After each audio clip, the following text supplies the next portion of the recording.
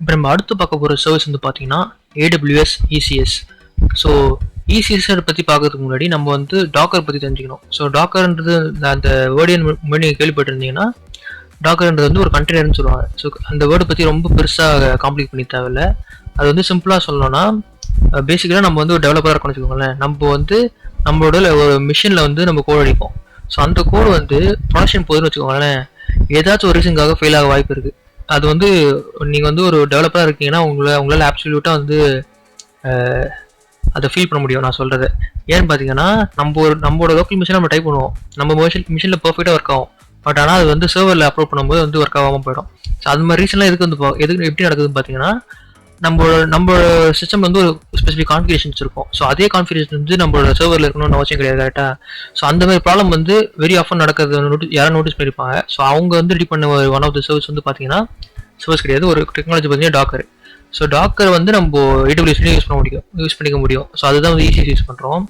So பேசிக்கலாக வந்து Docker எதுக்கு பார்த்தீங்கன்னா, software development platform to deploy apps, அவ்வளோதான்.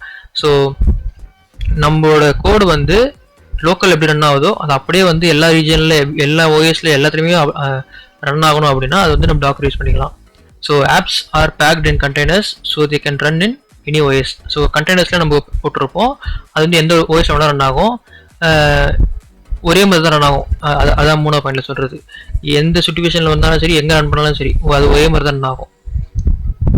இதுதான் வந்து டாக்கரு. ஸோ டாக்கரில் வந்து இங்கே 2 முக்கியமான டேர்ம்ஸ் வந்து தெரிஞ்சுக்கணும். ஒன்று வந்து இமேஜ், இன்னொன்று வந்து ரெபாசிட்டரி. ஸோ இமேஜ் வந்து என்னதுன்னு பார்த்தீங்கன்னா, நம்மளோட கோட் இருக்குது பார்த்தீங்களா, நம்மளோட அப்ளிகேஷனோட கோடு வந்து நம்ம ஒரு இமேஜாக தான் ஸ்டோர் பண்ணியிருப்போம். அது ஜஸ்ட் டாக்கர் பில்டு மாதிரி கொடுத்தோம்னா ஒரு இமேஜாக வந்துடும், ஓகேங்களா. ஸோ அந்த இதுதான் வந்து நம்ம ரெபாசிட்டரின்னு ஒன்று சொல்லுவாங்க, அதில் அப்லோட் பண்ணி வச்சுக்கணும். ஸோ நம்ம பில்ட் பண்ணி வைக்கிறது வந்து இமேஜ். அந்த இமேஜ் வந்து நம்ம வந்து ஒரு இடத்துல அப்லோட் பண்ணுவோம், ஸ்டோர் பண்ணி வச்சுப்போம். ஸோ இப்போ எப்படி கிட் மாதிரி ஒரு ரெபாசிட்டரி இருக்கும், அது வந்து இமேஜஸ்க்கான ஒரு ரெபாசிட்டரி இருக்கும். ஸோ இமேஜ் ஸ்டோர் பண்ணுறதுக்கு ஒரு ரெபாசிட்டரி இருக்கும். அது வந்து டாக்கரில் வந்து அதுவுமே ரெபாசிட்டரிஸ் தான் சொல்லுவாங்க. ஸோ இமேஜஸ் என்னென்னு பார்த்தீங்கன்னா, அது வந்து file use to execute code in Docker container, ஓகேங்களா. ஸோ அந்த இமேஜ் எங்கே நம்ம ஸ்டோர் பண்ணுவோம் பார்த்தீங்கன்னா ரெபாசிட்டரி. ஸோ ரெபாசிட்டரிஸ் வந்து பப்ளிக்காக ஒரு ரெபாசிட்டரிக்கு அப்புறம் அப்படின்னு பார்த்தீங்கன்னா அது Docker hub. So Docker hub நீங்கள் அதை வந்து எக்ஸ்ப்ளோர் பண்ணி பாருங்கள். ஆல்மோஸ்ட் பெரிய பெரிய டெக்னாலஜி எல்லாமே வந்து டாக்கர் ஹப்பில் இருக்கும். இந்த உபுண்டு OS மாதிரி அந்த அளவுக்கு ஒரு பெரிய சாஃப்ட்வேர்ஸ்லாம் கூட டாக்கர் ஹப்பில் இருக்கும். இத்தனைக்கும் பப்ளிக்காக இருக்கும். அதுக்கப்புறம் பார்த்தீங்கன்னா AWS ECR, இதுதான் இப்போ நம்ம பார்க்க போகிறது. ஸோ ECSல நம்ம வந்து ஹோஸ்ட் பண்ணுவோம். ஸோ அந்த கோடு எங்கே இருக்கும் பார்த்தீங்கன்னா, அந்த ரெபாசிட்டரி ECRல தான் இருக்கும். ஸோ இது வந்து ப்ரைவேட் ரெபாசிட்டரி, இது நம்ம பப்ளிக்காக கூட வச்சுக்கலாம். அதுக்கு வந்து ஒரு ஸ்பெசிஃபிக் URL வந்து AWS ப்ரொவைட் பண்ணுறாங்க. ஸோ அங்கே போய் நம்ம எடுத்துக்கலாம் பப்ளிக்காக வைக்கிறதுக்கு. ஸோ இப்போ வந்து AWS ECS பார்ப்போம். ஸோ ECS ஃபுல் ஃபார்ம் பார்த்தீங்கன்னா எலாஸ்டிக் கண்டெய்னர் சர்வீஸ். ஸோ இதில் வந்து பார்த்தீங்கன்னா 2 டைப்ஸ் ஆஃப் லான்ச் டைப் பண்ணலாம். ஸோ இந்த ECSஐ லான்ச் பண்ணுறதுக்கு 2 டைப்ஸ் இருக்குது. ஒன்று வந்து EC2 டைப்பு, இன்னொன்று வந்து ஃபார்கேட்னு சொல்லுவாங்க. ஸோ EC2ன்றது வந்து சிம்பிள் தான், நம்ம ஆல்ரெடி EC2 சர்வீஸ் நம்ம பார்த்துருப்போம். ஸோ அந்த EC2 என்ன பண்ணுவோம், நம்மளோட இன்ஃப்ராஸ்ட்ரக்சரை வந்து நம்ம ஸ்பெசிஃபை பண்ணிட்டு வரப்போம், கரெக்டுங்களா. ஸோ இந்த ECS அந்த டாக்கரோட கான்ஃபிகரேஷன் வந்து EC2 யூஸ் பண்ணி பண்ணோம்னா நம்மளே வந்து ப்ரொவிஷன் பண்ணி நம்மளே வந்து ஹோல் இன்ஃப்ராஸ்ட்ரக்சரையுமே வந்து மெயின்டைன் பண்ணுற மாதிரி இருக்கும். ஸோ என்னென்ன பண்ணுற மாதிரி இருக்கும் பார்த்தீங்கன்னா, எக்ஸாம்பிள் சொல்கிறேன், அந்த டாக்கரோட ஏஜென்ட்லாம் ஒன்று இருக்கும். டாக்கர் என்ன ஆகுதுன்னா அதுக்கு ஒரு சாஃப்ட்வேர்ஸில் இருக்கும் பார்த்தீங்களா. ஸோ அந்த ஏஜென்ட்லாம் வந்து EC2 மிஷினில் நம்மளே வந்து இன்ஸ்டால் பண்ணி ரன் பண்ணுற மாதிரி இருக்கும். ஸோ அதுதான் வந்து EC2 லான்ச் டைப். ஃபார்கேட் லான்ச் டைப்ன்றது வந்து நம்ம எதுவுமே ப்ரொவிஷனே பண்ண தேவையில்லை, பை டிஃபால்ட் வந்து அதுவே பண்ணி கொடுத்துரும். ஸோ நம்ம வந்து ஒன்று பண்ணுற மாதிரி இருக்கும், டாஸ்க் டெஃபினிஷன் ஒன்று சொல்லுவாங்க. ஸோ அந்த மட்டும் நம்ம பண்ணுற மாதிரி இருக்கும், மற்ற எல்லாமே வந்து ECSே பார்த்துக்கும். ஸோ அதுக்கப்புறம் பார்த்தீங்கன்னா can attach load balancer to manage the load. So நம்ம EC2ல பண்ண மாதிரி தான் இதுலேயுமே வந்து நம்மளால் லோட் பேலன்ஸ் அட்டாச் பண்ணிக்க முடியும். ஸோ லோட் பேலன்ஸ் அட்டாச் பண்ணுறதுனால வந்து லோடையுமே பேலன்ஸ் பண்ணிக்க முடியும். அதே நேரத்தில் நம்மளுக்கு வந்து ஒரு காமன் URL கிடச்சிரும். ஸோ அந்த URL வச்சே வந்து நம்ம எல்லா ரெக்வஸ்ட்டுமே வந்து கொடுத்துக்கலாம். அதுக்கப்புறம் can mount EFS to persist data. So suppose ஏதாச்சும் ப்ராப்ளம்னால நம்மளோட ECS வந்து கண்டெய்னர் வந்து டவுன் ஆகிடுச்சுன்னா டேட்டா வந்து லாஸ் ஆக வாய்ப்பு இருக்குது. ஸோ அந்த டேட்டா வந்து லாஸ் ஆகாமல் இருக்கணும்னா ஒரு டேட்டா மவுண்ட் ஒன்று போட்டுக்கலாம், EFSன்னு சொல்லுவாங்க. அது வேற ஒரு சர்வீஸு. ஸோ அந்த சர்வீஸ் யூஸ் பண்ணி நம்ம என்ன பண்ணலாம், டேட்டாவை மெயின்டைன் பண்ணிக்கலாம். சரி, எப்போலாம் டேட்டா ஸ்டோர் ஆகுதோ அதை நம்ம அங்கே ஸ்டோர் பண்ணிட்டோம்னா எத்தனை தடவை ரீசெட் ஆகிட்டு வந்தாலுமே நம்மளோட ஆக்சுவல் டேட்டா வந்து இந்த EFSல தான் இருக்க போகுது. ஸோ நம்ம டேட்டா ஸ்டோர் பண்ணுறதுக்கும் இந்த நம்மளுக்கு யூஸ் பண்ணிக்கலாம். ஸோ இப்போ அடுத்து நம்ம டெமோக்கு போயிடுவோம். ஸோ இப்போ பார்த்தீங்கன்னா அது ஒரு 1 or 2 மினிட்ஸ்லேயே வந்து கிரியேட் ஆகிடுச்சு. இந்த பர்டிகுலர் கிளஸ்டர் வந்து பார்த்தீங்கன்னா கிரியேட் ஆகிடுச்சு. நான் என்ன பண்ணுறேன், இந்த கிளஸ்டர் நேம் கிரியேட் பண்ணிக்கிறேன். ஸோ இது உள்ள பார்த்தீங்கன்னா சர்வீசஸ், டாஸ்க், இன்ஃப்ராஸ்ட்ரக்சர் நிறைய இருக்கும். நான் வந்து ஒரு ஹையர் லெவலில் மெயின்டைன் பண்ண போகிறனால இன்டெப்த்தாக வந்து வேணாச்சு வீடியோஸில் நம்ம ஃபியூச்சரில் போடுவோம். இப்போ நம்ம என்ன பண்ணுறோம், ஒரு சர்வீஸ் கிரியேட் பண்ண வேண்டியிருக்கும். ஸோ அந்த சர்வீஸ் கிரியேட் பண்ணுறதுக்கு நம்மளுக்கு வந்து ஒரு டாஸ்க் டெஃபினிஷன் தேவைப்படும். ஸோ ஆல்ரெடி நான் கொடுத்த இந்த ப்ரெசன்டேஷன்லேயே சொன்னேன், நம்ம ஃபார்கெட் யூஸ் பண்ண போகிறோம்னா ஃபார்கெட் இருந்தாலும் EC2 இருந்தாலும் சரி, நம்ம வந்து ஒரு டாஸ்க் டெஃபினிஷன் கிரியேட் பண்ணுற மாதிரி இருக்கும். ஸோ நம்ம என்ன பண்ணுவோம், இங்கே டாஸ்க் டெஃபினிஷன் கிரியேட் பண்ணிப்போம். கிளிக் பண்ணிவிட்டு கிரியேட் நியூ டாஸ்க் டெஃபினிஷன் கொடுத்துப்போம். ஸோ இங்கே போயிட்டு ஒரு டாஸ்க் டெஃபினிஷன் நேம் கொடுக்கணும். ஸோ இங்கே பார்த்தீங்கன்னா டாக்கரில் ஆல்ரெடி இன்ஜின்எக்ஸ்னு ஒரு பப்ளிக் இமேஜ் ஒன்று இருக்குது. ஸோ அந்த இமேஜை நான் யூஸ் பண்ணிக்க போகிறேன். ஸோ அதே நேமே இதுக்கும் கொடுத்துட்றேன். ஸோ நேம் அதே இருக்கட்டும், URL எப்படி இருக்கட்டும். இந்த போர்ட் நம்பர் வந்து 80. ஸோ டாக்கரோட HTTPயோட எல்லா HTTPயோட இன் ஜென்ரல் போர்ட் நம்பர் வந்து பார்த்தீங்கன்னா 80 தான். ஸோ அது வந்து அப்படியே எனேபிள் இருக்கட்டும். எந்த என்விரான்மெண்ட்டும் நான் கொடுக்க போகிறதில்ல, அதெல்லாம் அப்படியே இருக்கட்டும். என்விரான்மெண்ட் வேரியபிள்ஸ்னால் சிம்பிள். இப்போ நம்ம ஒவ்வொரு ரீஜனுக்கு வேறு வேறு API கால்ஸ்லாம் போகிற மாதிரி இருந்ததுன்னா அது URL கொடுத்துட்டு கோடில் வந்து இதை ஆக்சஸ் பண்ணிக்கிற மாதிரி இருக்கும். ஸோ என்விரான்மெண்ட் வேரியபிள்ஸ் புரியலன்னா ஃபியூச்சரில் நான் வேறு வீடியோ போடுவேன், அதில் பார்த்து தெரிஞ்சுக்கோங்க. ஸோ இப்போ நெக்ஸ்ட் கொடுத்துடலாம்.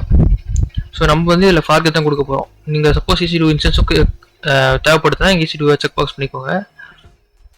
இதில் வந்து பார்த்தீங்கன்னா நம்ம மினிமமே வச்சுப்போம். ஸோ இது வந்து இந்த பர்டிகுலர் ஆப்ஷன் வந்து ஒரு இம்பார்ட்டண்டான ஒன்று. ஸோ இப்போ நம்ம பண்ண போகிற டாஸ்க் வந்து கம்ப்ளீட்டாக இண்டிபெண்டான ஒரு இமேஜ், கரெக்டாக. ஸோ அது வந்து AWS எதுவுமே ஆக்சஸ் பண்ணல. சப்போஸ் நீங்கள் ஏதாச்சும் ஒரு இமேஜ் கிரியேட் பண்ணுறீங்க, அது வந்து ஒரு AWSல எக்ஸாம்பிள் S3 பக்கெட்டில் ஒரு ஃபைல் ஆக்சஸ் பண்ணுதுன்னா அந்த பர்டிகுலர் ஆக்சஸ் பண்ணுறதுக்கான அந்த ரோலுக்கு வந்து ஒரு ஆக்சஸ் இருக்கணும், கரெக்டாக. இப்போது உங்கள் கண்டெய்னர் வந்து S3 பக்கெட் கால் பண்ணுறீங்கன்னா அதுக்கு வந்து ஒரு ஆக்சஸ் தேவைப்படும் அந்த ரோலுக்கு. ஸோ அந்த ரோல் வந்து இங்கே நம்ம அட்டாச் பண்ணணும். ஸோ இது வந்து ஒரு முக்கியமான ஒரு ஸ்டெப்பு. மீதி எல்லாம் அப்படியே இருக்கட்டும். ஸோ நான் எந்த ஸ்டோரேஜ் அட்டாச் பண்ண போகிறதில்ல, மானிட்டரிங் பண்ண போகிறதில்ல, எதுவுமே இல்லை. ஸோ அப்படியே நெக்ஸ்ட் கொடுத்துருவோம். இதெல்லாம் பார்த்து முடிச்சப்பறம் ஃபைல்லாம் வந்து கிரியேட் கொடுத்துருங்க. ஸோ கிரியேட் ஆகி முடிச்சப்பறம் கண்டினியூ பண்ணுறேன். இப்போது இது வந்து பார்த்தீங்கன்னா கிரியேட் ஆகிடுச்சு, ஒரு டாஸ்க் டெஃபினிஷன் வந்து கிரியேட் ஆகிடுச்சு. ஸோ என்னோட அடுத்த வேலை வந்து பார்த்தீங்கன்னா கிளஸ்டருக்கு போயிட்டு ஒரு சர்வீஸ் கிரியேட் பண்ணணும். ஸோ சர்வீஸ் கிரியேட் பண்ணி மட்டும் தான் டாஸ்க் ரன் பண்ண முடியுமா கேட்டிங்கன்னா கிடையாது. நம்ம வந்து டாஸ்க் டெஃபினிஷன் யூஸ் பண்ணி டேரெக்டாக வந்து ஒரு டாஸ்க் ரன் பண்ணிக்கலாம். நம்ம வந்து ஒரு லாங் ரன்க்கு யூஸ் பண்ண போகிறோம் அப்படின்னா அப்போ வந்து சர்வீஸ் தேவைப்படும். ஸோ ஜஸ்ட் ஒன் டைம் எக்ஸிக்யூஷனா டேரெக்டாக ஒரு டாஸ்க் மட்டுமே போட்டு ரன் பண்ணி முடிச்சிடலாம். நான் என்ன பண்ண போகிறேன், ஒரு சர்வீஸ் கிரியேட் பண்ண போகிறேன். அசியூமிங் தட் நான் வந்து லாங் ரன் யூஸ் பண்ண போகிறேன்னு சொல்லி. ஸோ இந்த கான்ஃபிகரேஷன்லாம் அப்படியே இருக்கட்டும். இது ஃபார்கெட்னு இருக்கட்டும். அதுக்கப்புறம் இந்த டைப் வந்து சர்வீஸ். ஸோ நான் தான் ப்ரீவியஸாக சொன்ன மாதிரி நம்ம டாஸ்க் ஒன் டைம் தான் எக்ஸிக்யூட் பண்ண போகிறோம்னா இங்கே டாஸ்க் செலக்ட் பண்ணிக்கலாம். நான் வந்து ஒரு லாங் ரன் யூஸ் பண்ண போகிறதுனால இந்த சர்வீஸ்லேயே செலக்ட் பண்ணிக்கிறேன். ஃபேமிலி வந்து இப்போ நம்ம கிரியேட் பண்ண இன்ஜினியர்ஸ் டீமோ தான். ரிவிஷன் லேட்டஸ்ட் மட்டும் ஒரு வருஷம் மட்டும் தான் இருக்குது, அப்படியே இருக்கட்டும். அதுக்கப்புறம் சர்வீஸ் நேம் நான் இன்ஜினியர்ஸ்னு கொடுத்துக்கிறேன். ட்ரிப்ளிகாஸ் வந்து 1 இருக்கட்டும். சப்போஸ் நீங்கள் லோட் பேலன்ஸ் அட்டாச் பண்ணுற மாதிரி தான் இங்கே அட்டாச் பண்ணணும். ஸோ நான் வந்து சிம்பிளிசிட்டிக்காக பண்ண போகிறதில்ல. ஸோ இது கிரியேட் ஆகிட்டோம். ஸோ கிரியேட் ஆகி முடிச்சப்பறம் கண்டினியூ பண்ணுறேன். ஆல்ரைட், இப்போ வந்து பார்த்தீங்கன்னா நம்மளுக்கு கிரியேட் ஆகிடுச்சு ஒரு சர்வீஸு. நான் என்ன பண்ண போகிறேன், இந்த சர்வீஸ் இதுக்குள்ளே ரன் ஆகிற டாஸ்க் பார்க்கணும். ஸோ இது வெளியிலே இருக்கும். ஸோ இங்கே பார்த்தீங்கன்னா டாஸ்க் கிளிக் பண்ணோன்னா இங்கே உங்கள் டாஸ்க் ரன் ஆகிட்டு இருக்கு. ஸோ இதில் பப்ளிக் ஐபி நம்ம எடுக்கணும். ஸோ இந்த பப்ளிக் ஐபியை காப்பி பண்ணிவிட்டு புது டேப்ல ஓப்பன் பண்ணுவோம். ஸோ இதுதான் வந்து பார்த்தீங்கன்னா NGINXோட டீட்டெயில்ஸு. நீங்கள் அது லோட் பேலன்ஸ் அட்டாச் பண்ணி மல்டிபிள் இன்ஸ்டன்ஸ் ரன் ஆகிட்டு இருந்தால் ரெஃப்ரெஷ் பண்ணிட்டே இருங்க, இங்கே URL சேஞ்ச் ஆகிட்டே இருக்கும். ஸோ இதுக்கு பேசிக்கலாக இந்த NGINX யூஸ் பண்ணுறதுக்கான ரீசன் இதுதான். ஸோ மல்டிபிள் இது ரன் ஆகுதா இல்லையான்னு செக் பண்ணுறதுக்கு நீங்கள் ரெஃப்ரெஷ் பண்ணிட்டே இருந்தீங்கன்னா வேறு ஐபி காட்டிகிட்டே இருக்கும், லோட் பேலன்சிங் பண்ணதா இல்லையான்னு தெரிஞ்சுக்கலாம். ஸோ பேசிக்கலாக வந்து இதுதான் வந்து டெமோக்கு நான் வச்சுருந்தேன். ஸோ இதை க்ளோஸ் பண்ணிப்போம். இப்போ எப்படி டெலிட் பண்ணுறதுன்னு பார்த்துருவோம்.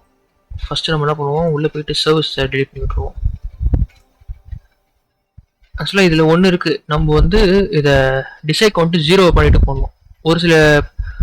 ஒரு சில சுச்சுவேஷனில் நாங்கள் வந்து ஒர்க்கில் பண்ணும்போது பார்த்தீங்கன்னா நம்ம இதை வந்து டாஸ்க் மட்டும் டெலிட் பண்ணிவிட்டு போயிடுவோம். ஆனால் டிசைட் கவுண்ட் 1 இருக்கனால டெலிட் ஆனது திரும்பி வந்து அது கிரியேட் ஆகிட்டே இருந்தது. அதை வந்து நாங்கள் ஒரு ஸ்பெசிஃபிக் ஸ்டேஜுக்கு அப்புறம் தான் வந்து ரியலைஸ் பண்ணோம்.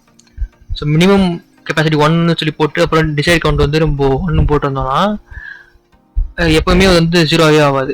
ஸோ அந்த ஒரு ரீசனுக்காக தான் அது. இதில் வந்து நம்ம மினிமம் கெப்பாசிட்டி 0 கொடுத்ததுனால திரும்பி ரன் ஆகுதுன்னு நினைக்கிறேன். ஸோ எனிவே நம்ம வந்து இதை கிளஸ்டரை டெலிட் பண்ண போகிறதுனா திரும்பி கிரியேட் ஆக போகிறது இல்லை. பட் எனிவே சொல்கிறேன். ஸோ இந்த சர்வீஸுமே டெலிட் பண்ணிக்கலாம். நான் என்ன பண்ணுறேன், மொத்தமாக இந்த சர்வீஸை டெலிட் பண்ணி விட்டுறேன். டெலிட் கிளஸ்டர், ஐ மீன் மொத்தமாக இந்த கிளஸ்டரை டெலிட் பண்ணி விட்டுறேன். அவ்வளோதான். இது இன்னும் கொஞ்ச நேரத்தில் டெலிட் ஆகிடும். அடுத்த வீடியோவில் பார்ப்போம். ஆக்சுவலாக பார்த்தீங்கன்னா இந்த அளவு பண்ணலை. உள்ள சர்வீஸ் டெலிட் பண்ண சொல்லுது. நம்ம என்ன பண்ணுவோம், இங்கே வந்துட்டு சர்வீஸ் டெலிட் பண்ணி விடுவோம். போஸ்ட் டெலிட் சர்வீஸ் கொடுத்து டெலிட்.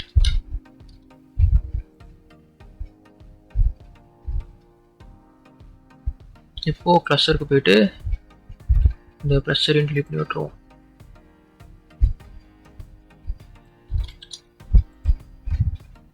இப்போ வந்து கொஞ்ச நேரத்தில் டெலிட் ஆகிடும். அவ்வளோதான்.